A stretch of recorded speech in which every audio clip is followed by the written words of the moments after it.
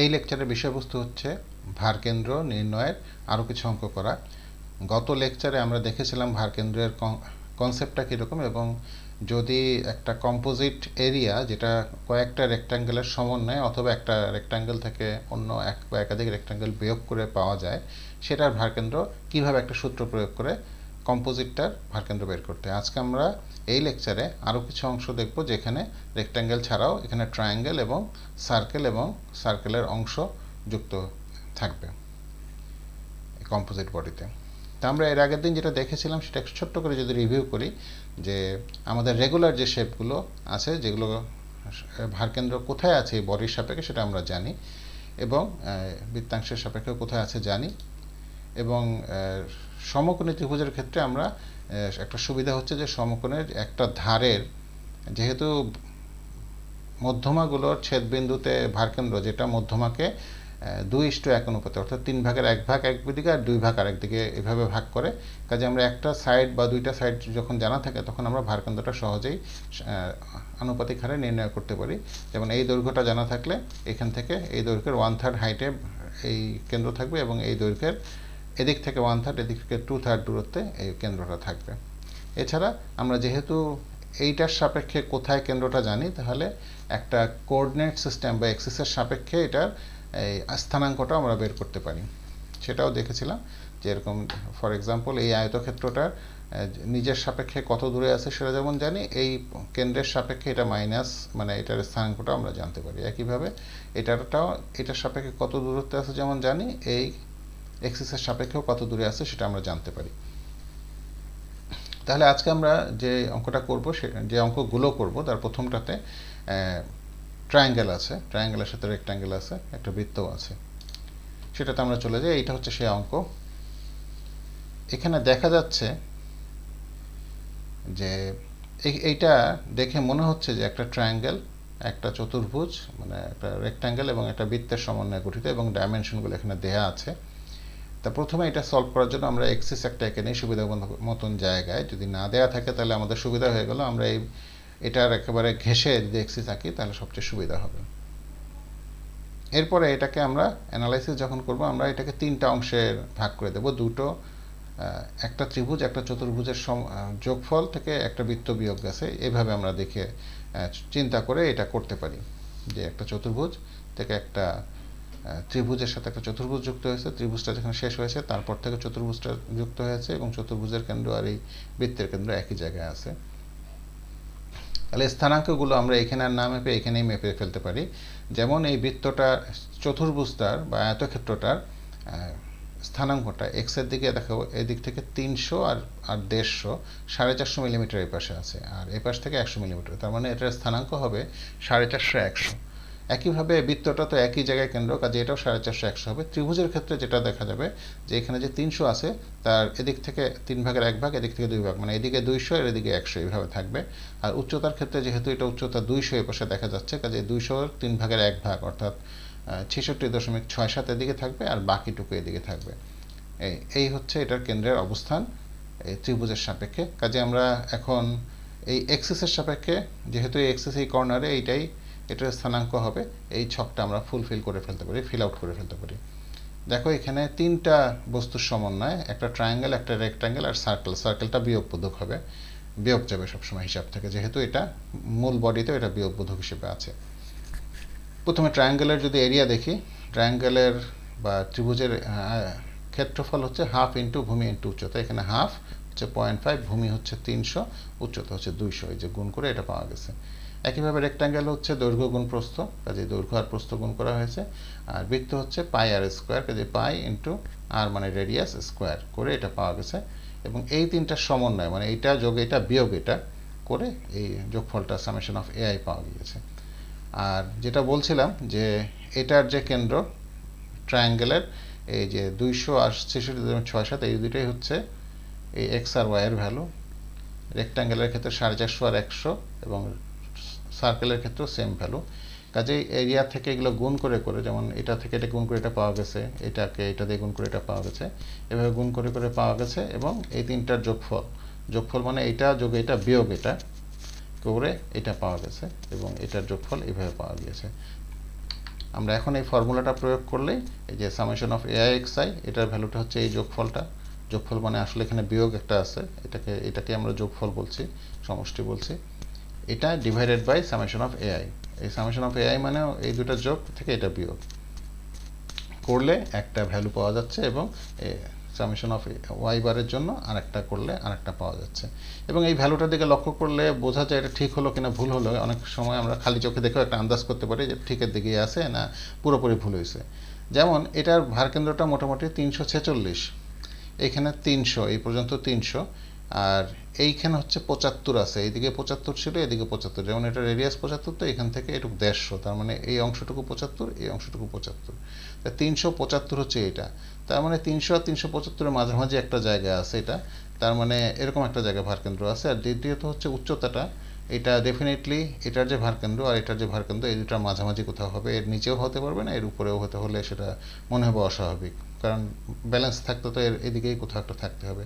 কাজে 66.67-এর চেয়ে বেশি আছে এটা, আবার 100-র চেয়ে কম আছে, আবার এই মাঝামাঝি, তার মানে এরকম একটা জায়গায় ভারকেন্দ্র আছে। দেখে মনে হচ্ছে অঙ্কটা মনে হয় ঠিকই হয়েছে। ওকে, আমরা এখন ত্রিভুজ কী করে এখানে হিসাবে চলে আসে 2/3-এর যে বিষয়টা বা 1/3-এর বিষয়টা, সেটা আমরা দেখলাম এই সূত্রে কী করে প্রয়োগ করা হয়। এখন আমরা দেখব যে বৃত্তের যে অংশ নিয়ে আমরা চিন্তা করতেছি সেই অংশগুলো, সেটা সূত্রটাই বাকি, আর সেটা কি করে যুক্ত হয় বা কি করে প্রয়োগ করি সেটা আমরা দুটো এক্সাম্পল দেখব। প্রথমে সূত্রটা দেখব।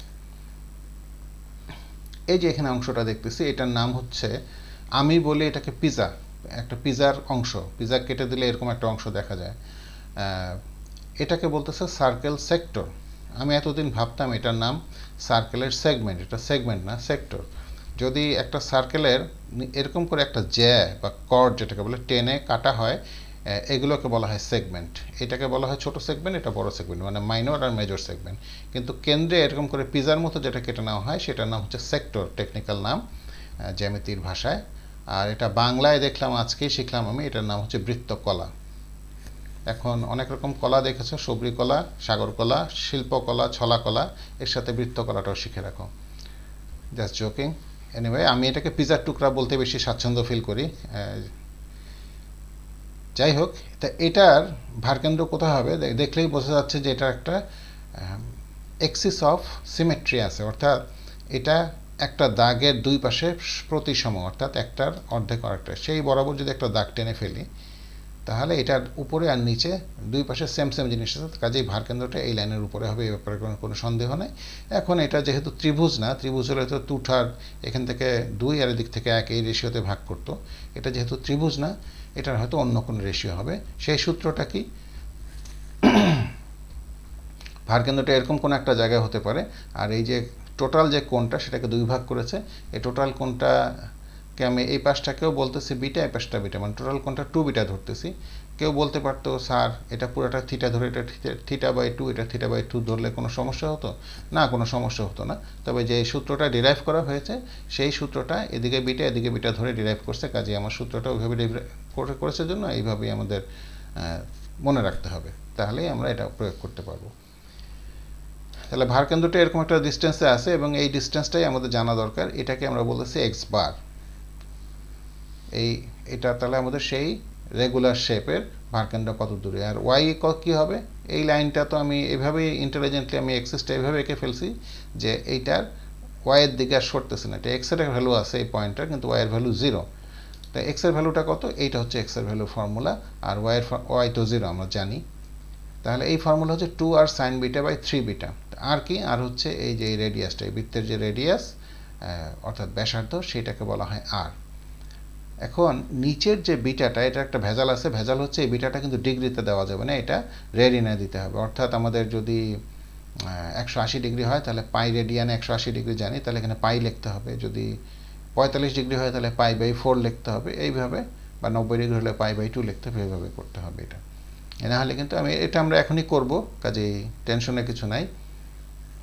এটা যদি এখন এরকম না হয়, এরকম খাড়া হতো, তাহলে কি হতো, ডেফিনেটলি এই যে দ্বিভাজকটার বরাবরই এটা হতো, এবং দূরত্বটা এই শীর্ষ থেকে এটার যে ভারকেন্দ্র সেটার দূরত্ব যেটা, সেটাকে আমরা তখন বলতাম ওয়াই বার, আর এক্স এর ভ্যালুটা হতো 0, ভ্যালুটা সেম। তার মানে এখান থেকে এটা আসলে ডিস্টেন্স, এই শীর্ষ থেকে এটার ডিস্টেন্সটাই হচ্ছে এই ফর্মুলাতে দেখো r sin theta X Y এর কোনো কারবার নাই, এখানে এটার প্রপার্টির সাথে জড়িত। এখন কেউ যদি বলো স্যার এটা এরকম না হয় যদি কাইট হয়ে থাকে তাহলে কি হবে? খুব সহজ ব্যাপার, এটার একটা দ্বিভাজক মানে যে কোনটার সমদ্বিখণ্ডক যেটা সেটা আঁকবো, সেই সমদ্বিখণ্ডকের উপরে সার্টেন ডিস্টেন্স, তার মানে শীর্ষ থেকে এই সার্টেন ডিস্টেন্সটাই হচ্ছে 2r sin beta by 3 beta হবে। ঠিক আছে, তারপরে আমরা মূল এক্সিস যেদিকে ধরা হয়েছে সেটার সাথে এটার কত অ্যাঙ্গেল সেই অনুযায়ী সাইন বা কস করে ওইটার কোঅর্ডিনেট বের করতে পারবো। তো এটা দিয়ে আমাদের কিছু যদি এই কোণটা 90 ডিগ্রি হয় বা 180 ডিগ্রি হয়, যদি 180 মানে সেমি সার্কেল বা অর্ধবৃত্ত হয় তাহলে কি হবে? এই অর্ধবৃত্ত যদি হয় তাহলে ডেফিনেটলি এটা দ্বিভাজক এইটা, এবং এই পাশে এই বিটার ভ্যালুটা তখন হয়ে যাবে π/2 90 ডিগ্রি, এই দিকের বিটার ভ্যালুটা 90 ডিগ্রি। কাজে এই 90 ডিগ্রি যদি এখানে বসানো হয় সাইন 90 ডিগ্রি হয়ে যায় 1, আর বিটাটা হচ্ছে π/2, এই দুটা বসালে এই ভ্যালুটা, এটা যেহেতু ওয়াইয়ের দিকে হবে, এই ভ্যালুটা 4r/3π এরকম একটা শর্ট ফর্মে চলে আসে, যেহেতু এটা আমি জানি সাইন 91, কাজে এটা শর্ট করলে এটা আসে। আর এক্স তো 0, তাই না, কারণ এটা এদিকে এদিকে ঠিক মাঝখানে এটা আছে। একইভাবে যদি একটা সমকোণী মানে পিজার টুকরা হয় 4 ভাগের 1 ভাগ, তাহলে কি হবে সেটা যদি দেখি, এটা যে দ্বিভাজক এটা কোণটা হবে π/4 মানে 45 ডিগ্রি, কিন্তু এটা যেহেতু রেডিয়ানে বসাতে হবে, এটাও যদি এখানে বসিয়ে দেই এক্স বার এবং ওয়াই বার মানে এদিক থেকে কত ডিস্টেন্স আর এখান থেকে কত হাইট, সেটা এইটার এটা কিন্তু সেম ভ্যালু। স্যার এটা সেম ভ্যালু হলো কেন? এটা সেম ভ্যালু আসলে এইখান থেকে এই ডিস্টেন্সটা কিন্তু ভিন্ন, এখান থেকে যে ডিস্টেন্সটা এই যে ত্রিভুজের কেন্দ্র থেকে এখানে যে ডিস্টেন্সটা সেটাই হচ্ছে এখানে এটা, আর এটা কিন্তু ত্রিভুজের কেন্দ্র থেকে এই বরাবর ডিস্টেন্স না, সেটা হচ্ছে এই বরাবর ডিস্টেন্স এবং এই বরাবর ডিস্টেন্স। ঠিক আছে, এটা এই বরাবর ডিস্টেন্সটা ভ্যালুটা একটু আলাদা হয়েছিল, তবে সেটাকে আবার কস করে এখানে যখন আনা হয়েছে তখন এটা হয়েছে। তো এখন আমরা একটু যদি মনে না থাকে এই π/4 π/2 গুলো এগুলো জিনিসগুলো কি, তাহলে একটু দেখে নেওয়া ভালো মূল অঙ্কে ঢোকার আগে। আমাদের 30 ডিগ্রি হচ্ছে π/6, কারণ 180 ডিগ্রি হচ্ছে π রেডিয়ান।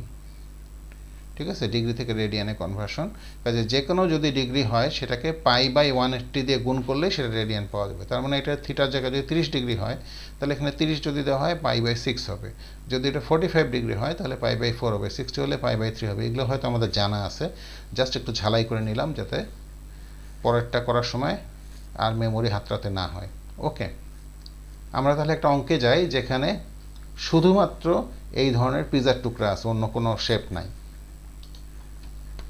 এই যে একটা টুকরা, এই যে শেডেড অংশটা বলা হয়েছে যে এই যে একটা বাঁকা অংশ, এটার ভারকেন্দ্রটা কোথায় বের করো, এবং এখানকার কিছু ডাইমেনশন যে এটা নিচের যে ধারটা সেটা একটা বৃত্তের যে অংশ, সেই বৃত্তটার রেডিয়াস এবং উপরের ধারটার বৃত্তের রেডিয়াস, এবং এই দিকের আর এদিকের দাগ দুইটা এই অ্যাঙ্গেলগুলো সব দেয়া আছে জিওমেট্রি। তো এটা আমরা বের করতে চাই। তো এটা এরকম একটা শেপ তো আমরা করতে পারি না, তবে আমরা যেটা করতে পারি সেটা হচ্ছে যে এই শেপটাকে আমরা বলতে পারি যে এরকম একটা বড় শেপ থেকে এরকম একটা অংশ কেটে বাদ দিয়ে দিলে এটা হয়, কাজে দুইটাই কিন্তু এরকম। তাহলে এটার ভারকেন্দ্র কী করে নির্ণয় করবো? এই যে এইমাত্র যে দেখলাম এই যে ফর্মুলাটা যে 2r sin beta by 3 beta, এটা হচ্ছে এখান থেকে ডিস্টেন্স, কাজে এটার জন্য এই ফর্মুলা প্রয়োগ করব, এটার জন্য এই ফর্মুলা প্রয়োগ করব এবং একটা থেকে একটা বিয়োগ দেবো। তাহলে আমাদের এখানে এরিয়া 1 আর এরিয়া 2 আছে, আমরা যদি ছকটা এঁকে ফেলি, এখানে কিন্তু আমরা খালি ওয়াইটা বের করবো, এক্স তো 0, তাই না, এটা তো ডাইনে বামে যাওয়া দরকার নেই, এই লাইনের উপরই ভারকেন্দ্র এটা বোঝা যাচ্ছে, কাজে এক্সের দরকার নেই, খালি ওয়াই দরকার আর ওয়াই দরকার। তাহলে এরিয়া 1 এইমাত্র যে ফর্মুলা দেখলাম ওয়াই বার, এটা হচ্ছে যে এইটা, কাজে এটার formula 2r sin beta by 3 beta লিখে ফেলি, 2r1 যেহেতু এটা প্রথমটার হচ্ছে রেডিয়াস r1 3 বিটা, দ্বিতীয়টার জন্য এটা r2 হবে 2r2 sin বিটা। আর এরিয়া কি হবে? এরিয়া খুব সোজা, আল্লাহ এটা বোঝা যাচ্ছে না, আচ্ছা বুঝায় বলছি, এটা হচ্ছে দেখো পাই আর স্কোয়ার, এই টার্মটা আমাদের পরিচিত, বৃত্তের ক্ষেত্রফলের এটাকে আমরা একটা ফ্র্যাকশন দিয়ে গুণ করতেছি। ফ্র্যাকশনটা কি? 2 বিটা, এই টোটাল কোণ ডিভাইডেড বাই 2 পাই। 2 পাই মানে হচ্ছে পুরো বৃত্তের যত কোণ আছে। আর একটু সহজ করে ভেঙে বলি, উপরের এই যে বৃত্তটা খেয়াল করো, এটা একটা বৃত্ত, এটার এরিয়া হচ্ছে পাই আর স্কোয়ার। এখন যদি এটাকে আমি 4 ভাগ করি তাহলে এই একটা ভাগের এরিয়া কত হবে? একটা ভাগের এরিয়া হবে পাই আর স্কোয়ার বাই 4, তাই না? এখন পাই আর স্কোয়ার বাই 4 কী করে হলো?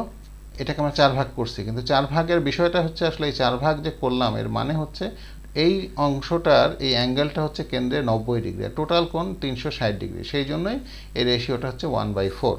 এটা যদি আমরা আরও 4 ভাগ করতাম, মানে এইভাবে পিজা যেভাবে কাটে তাহলে 8 ভাগ হয়ে যেত, তখন কিন্তু 8 দিয়ে ভাগ করতে হতো। তার মানে কি ওই অ্যাঙ্গেলটা ছিল 45 ডিগ্রি, 360 ডিগ্রি, 8 ভাগের 1 ভাগ, সেই জন্য এইভাবে করা হতো। তার মানে ব্যাপারটা হচ্ছে অ্যাঙ্গেল যে রেশিওতে থাকবে আমাদের এরিয়াটাও সেই রেশিওতে হবে। এটা যদি 120 ডিগ্রি হয় তার মানে 1/3 হবে পাই আর স্কোয়ারের।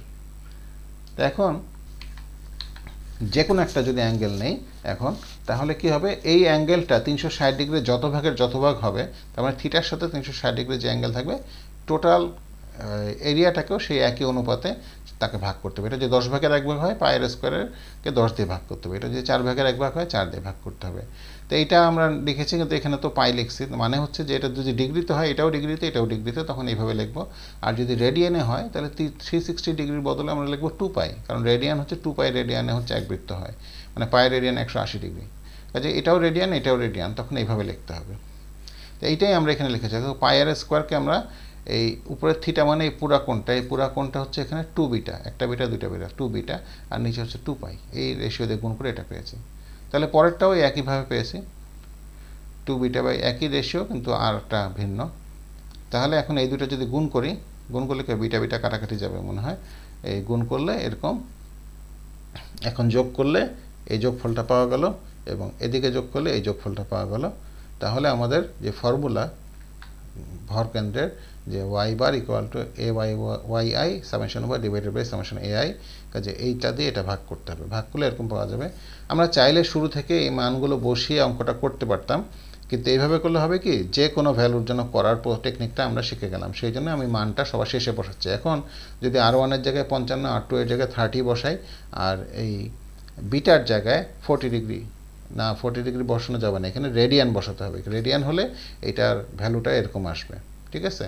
এইটা যদি বসায় দিই তাহলে এটার রেজাল্টটা আসবে এরকম 40 পয়েন্ট, তার মানে এখান থেকে সার্টেন ডিস্টেন্সে এখানে হবে। এটা এই পর্যন্ত হতো 30, এর চেয়ে একটু দূরে এইখানে এর সেন্টারটা হবে। এটাতে এক্স বার নির্ণয় না করলেও কেউ কোনো মাইন্ড করবে না, কারণ আমরা জানি বাই ডিফল্ট জানি যে এক্স বারটা এখানে 0।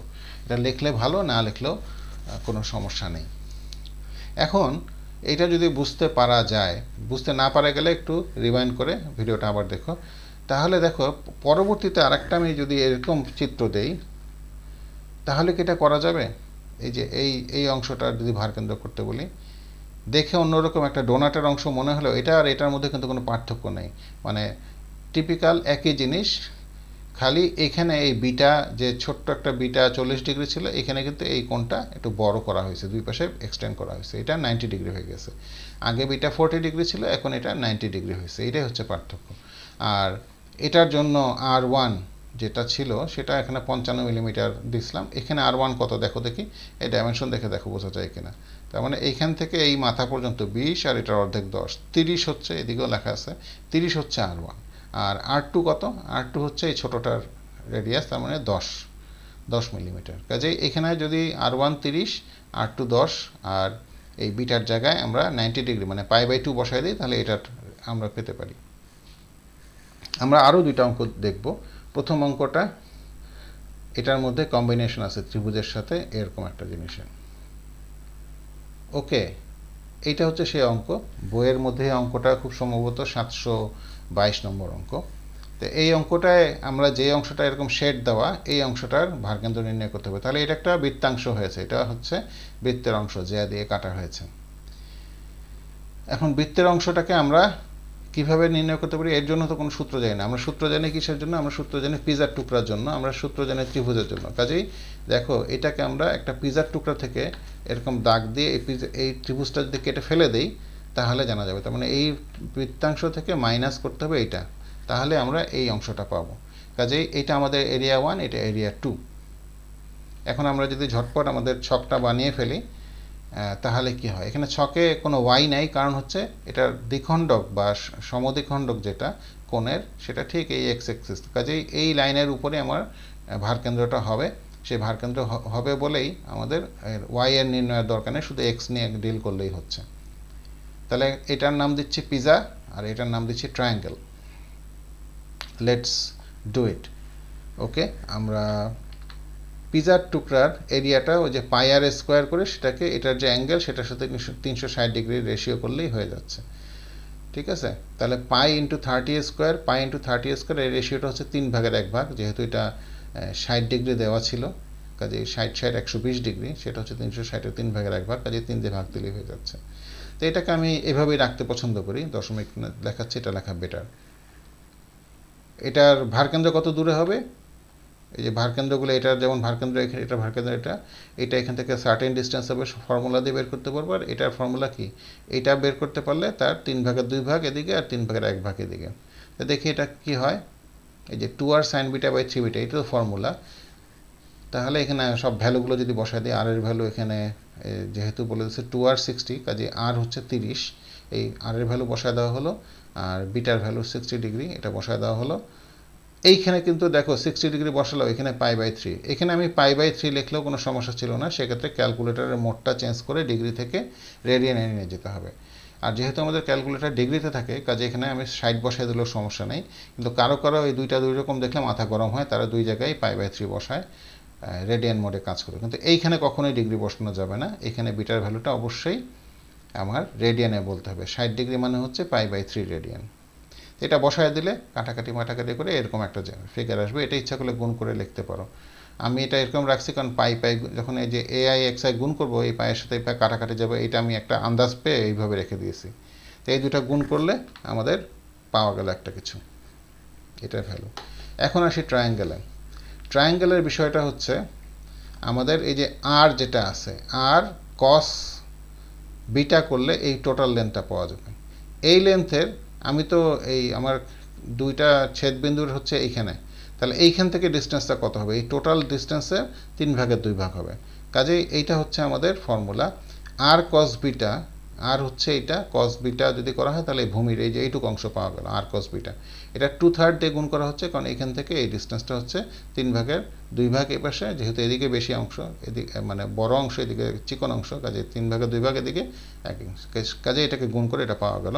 এখন এই আর এর ভ্যালু 30, আর 2/3 এখানে আছে, আর কস বিটা হচ্ছে 60 ডিগ্রি, বসায় দিলে এই ভ্যালুটা আসে। এখন ক্ষেত্রফল, ক্ষেত্রফল খুব সোজা। ত্রিভুজের ক্ষেত্রফল তো আমরা ছোটোকাল থেকে করে আসছি, কিন্তু স্যার কি ফর্মুলা ব্যবহার করলেন এখানে? এটা তো এর আগে দেখি নাই। আমরা জানি হাফ ইন্টু ভূমি ইন্টু উচ্চতা, কিন্তু এটা কি ফর্মুলা দিলাম? এটা কারো কারো পরিচিত, বেশিরভাগেরই মনে হয় অপরিচিত। এটা ব্যাখ্যা করে দিচ্ছে, খুব সহজ। দেখো এই ডান দিকে, এখানে দেখো এটা ত্রিভুজ যদি হয়, এটার এরিয়া হচ্ছে হাফ ইন্টু ভূমি ইন্টু উচ্চতা, উচ্চতা হচ্ছে এইচ। এখন এই এইচটাকে দেখো, আমি যদি এই ছোট ত্রিভুজটা নেই বাম দিকের, তাহলে এইচকে বলা যেতে পারে সি সাইন বি, তাই না? আমরা যে কস করলে নিচে হয়, আর সাইন করলে এটা হয় ত্রিভুজকে, এটা তো জানিস। সি সাইন বি করলে দেখো এইচকে বদলে লিখতে পারি সি সাইন বি, অথবা এই দিকের ত্রিভুজটা যদি ধরি, ডান দিকের সমকোণী ত্রিভুজ, তাহলে এইচ হচ্ছে বি ইন্টু সাইন সি।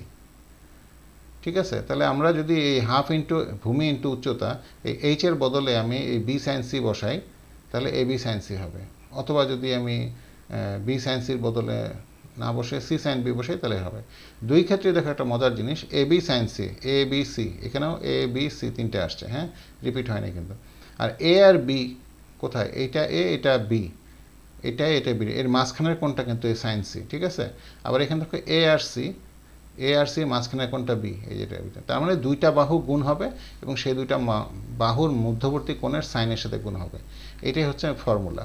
তাহলে এইখানে দুইটা বাহু হচ্ছে, এই একটা বাহু, একটা বাহু, দুইটা বাহু গুণ হবে, আর মধ্যবর্তী কোণের সাইন গুণ হবে। হাফ ইন্টু আর ইন্টু সাইন, এটা কত? 120 ডিগ্রি মনে হয়, 60 তো, 60 120 ডিগ্রি, এটাই করা হয়েছে। দেখো হাফ ইন্টু আর ইন্টু সাইন 2 বিটা, এই কোণটা এটা করা হয়েছে।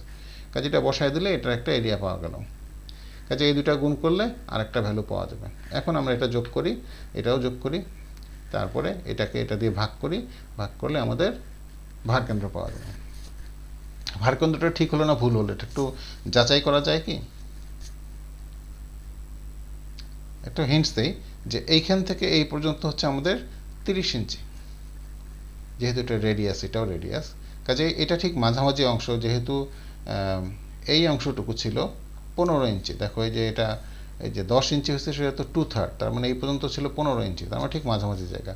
তাহলে আমাদের টোটাল জিনিসটাই 15 ইঞ্চির এই পাশে, কাজেই 15 আর 30 এর মাঝামাঝি হচ্ছে 22.5 ইঞ্চি হচ্ছে এইটার ঠিক মাঝখান, কিন্তু যেহেতু এটা এদিকে কম ম্যাটেরিয়াল, 22.5-এর থেকে একটু কম হবে, কিন্তু 15 থেকে দূরে হবে। তো এটা 15 থেকে বেশি, 20.5 থেকে কম, মনে হয় ঠিকই আছে। ওকে, আমরা আরেকটা অঙ্ক করি। তাহলে দেখা গেলো বৃত্তাংশ থাকলে কিভাবে অঙ্কটা করতে হয় দেখলাম। আমরা আরেকটা অঙ্ক করি। এই অঙ্কটাও বইয়ে 723 নম্বর অঙ্কটা, তবে 723 নম্বর অঙ্কে এই জিনিসটা মিরর ইমেজ, বাম পাশে একা আছে, আমি ডান পাশে এঁকে নিছি, যেহেতু এক্সটা এদিকে আঁকলে আমার সুবিধা সেই জন্য। তো এখানে এই D1 এর ভ্যালু বলা আছে 12 ইঞ্চি, এখানে 24 ইঞ্চি, এখানে আবার 12 ইঞ্চি, আর এখানে যে ত্রিভুজটা আছে এটা 60 ডিগ্রি অ্যাঙ্গেলে বলা আছে। একটু ভালো করে আগে এইটার ডাইমেনশনটা বুঝে নাও। এটা একটা সমকোণী সমবাহু ত্রিভুজ। দেখো এটা 60, এটা 60 হলে 3 6 18, তার মানে 180 ডিগ্রি। তো তাহলে এই কোণটাও কিন্তু 60 ডিগ্রি, তাহলে তিনটা কোণ সমান মানে কি, তিনটা বাহুও সমান। এটা সমবাহু ত্রিভুজ। সমবাহু ত্রিভুজ মানে এই বাহুটা যদি D2 লেন্থ হয় তাহলে এটাও একই লেন্থ, তার মানে এটা 24 ইঞ্চি। তার মানে এটা যদি 24 ইঞ্চি হয়, এটাও 24 ইঞ্চি, এটাও 24 ইঞ্চি, ঠিক আছে। আর এই বৃত্তটার রেডিয়াস কত, বৃত্তটার রেডিয়াস কত হবে, তার মানে যদি এখানে 12 যোগ 24 যোগ 12 তিনটা যোগ করে তারপর 2 দিয়ে ভাগ করি তাহলে পাবো, অথবা এই D1 প্লাস এই D2 এর অর্ধেক, এইভাবে যোগ করলেও পাওয়া যাবে। কাজে 12 আর এখানে 24 এর অর্ধেক 12, 12 12 24 মিলে হচ্ছে। কাজে এই ডাটাগুলো একটু হচ্ছে দুষ্টু টাইপের ডাটা। তোমার এটা রেডিয়াস 24 লিখলে অনেকে ভাবে এই D2 সবসময় হয়তো রেডিয়াস হবে, আসলে ব্যাপারটা তা না। এটাও 12 আর এটা 12 দ্বিগুণ বলে ওরকম একটা ভ্যালু আসছে। ওকে, আমরা এটাকে কি করব, এটাকে আমরা ধরে নিচ্ছে একটা বৃত্তাংশ থেকে একটা ত্রিভুজ কেটে ফেললে এটা হচ্ছে। তাহলে এটা খুব সোজা, ও আগেরটার চেয়ে বরঞ্চ এই অঙ্কটা আরও সোজা, যেহেতু অর্ধবৃত্ত এরিয়া নির্ণয় করা অনেক সোজা। কাজে আমি ছকের মধ্যে সব কিছু ক্যালকুলেট করে ফেলতে পারবো। এই দেখো যে প্রথমে সেমি সার্কেল, অর্ধবৃত্তকে সেমি সার্কেল বলে, এবং এটা হচ্ছে পায়ের স্কোয়ারকে 2 দিয়ে ভাগ দিলে হবে এরিয়া, আমি জানি। তারপরে আমি ফর্মুলার মোতাবেক লিখছি, কিন্তু মান বসানোর সময় দেখা গেলো সেই জিনিসই চলে আসছে। পাই ইন্টু এটার রেডিয়াস হচ্ছে 24 ইঞ্চি। এই যে দেখো এখানে দেখিয়ে দিয়েছি কিভাবে 24 ইঞ্চি হয়।